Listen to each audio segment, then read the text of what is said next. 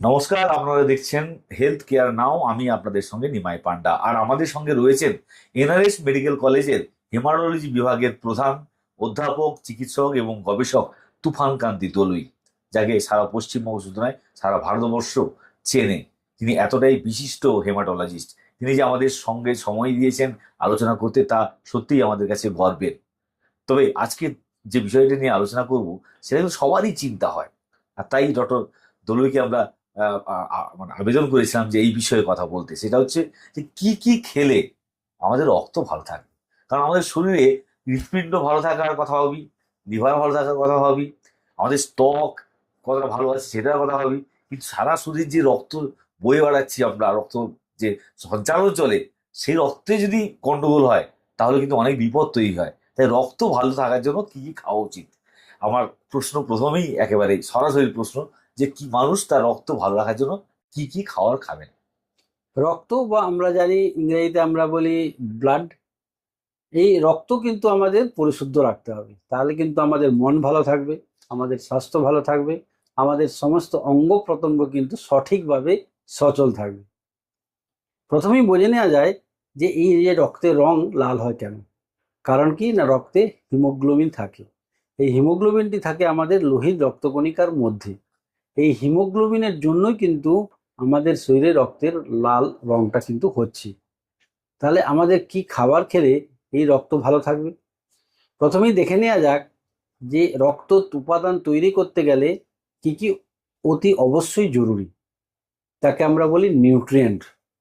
প্রথমেই যেটা দরকার সেটা হচ্ছে iron, vitamin B12, folic acid এবং আমাদের অন্যান্য যে সমস্ত মাইক্রো নিউট্রিয়েন্ট আছে, বিশেষত করতে কপার, জিঙ্ক।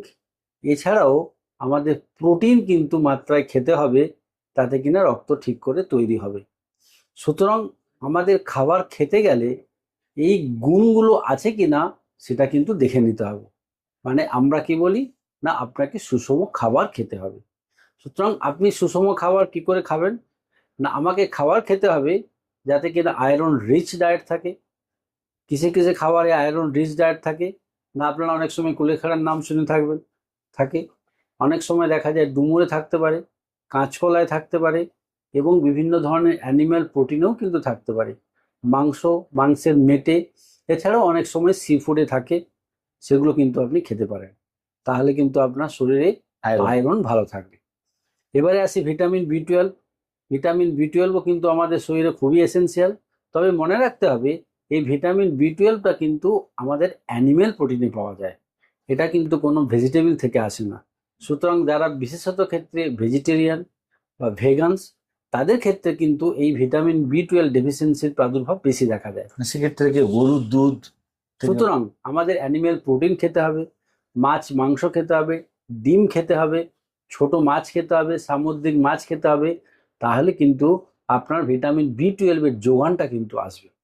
এবার আসি ফলিক অ্যাসিড।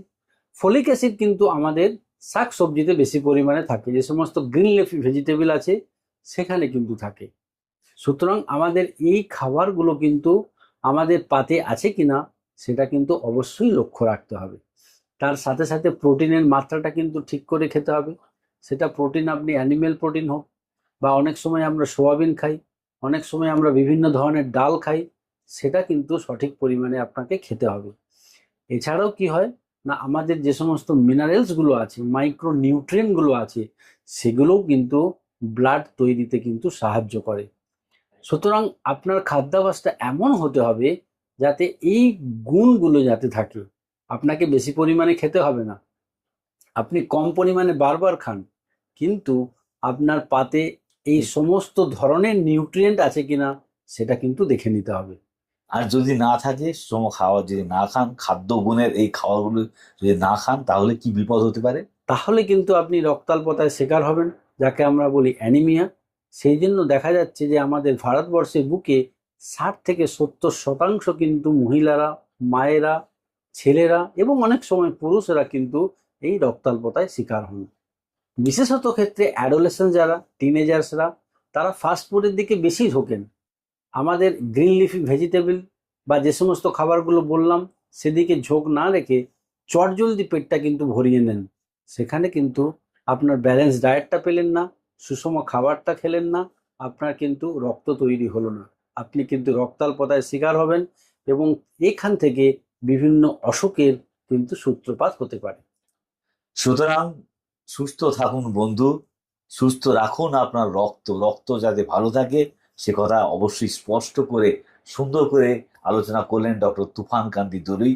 এবং আপনারা দেখতে থাকুন আমাদের চ্যানেল এই হেলথ কেয়ার নাও। আপনারা সাবস্ক্রাইব করুন, শেয়ার করুন এবং অবশ্যই লাইক করবেন, যাতে করে আমরা অনুপ্রাণিত হই। আর এই অনুষ্ঠানে যোগ দেওয়ার জন্য এবং তার যে মানে মন্ত্রমুগ্ধের মতো আমরা যা শুনলাম যে কি করতে হবে কি খেতে হবে, তার জন্য এই অমূল্য পরামর্শ দেওয়ার জন্য অনেক ধন্যবাদ ডক্টর তুফান কান্তি দলুইকে। নমস্কার নেবেন সবাই, নমস্কার। ভালো থাকুন।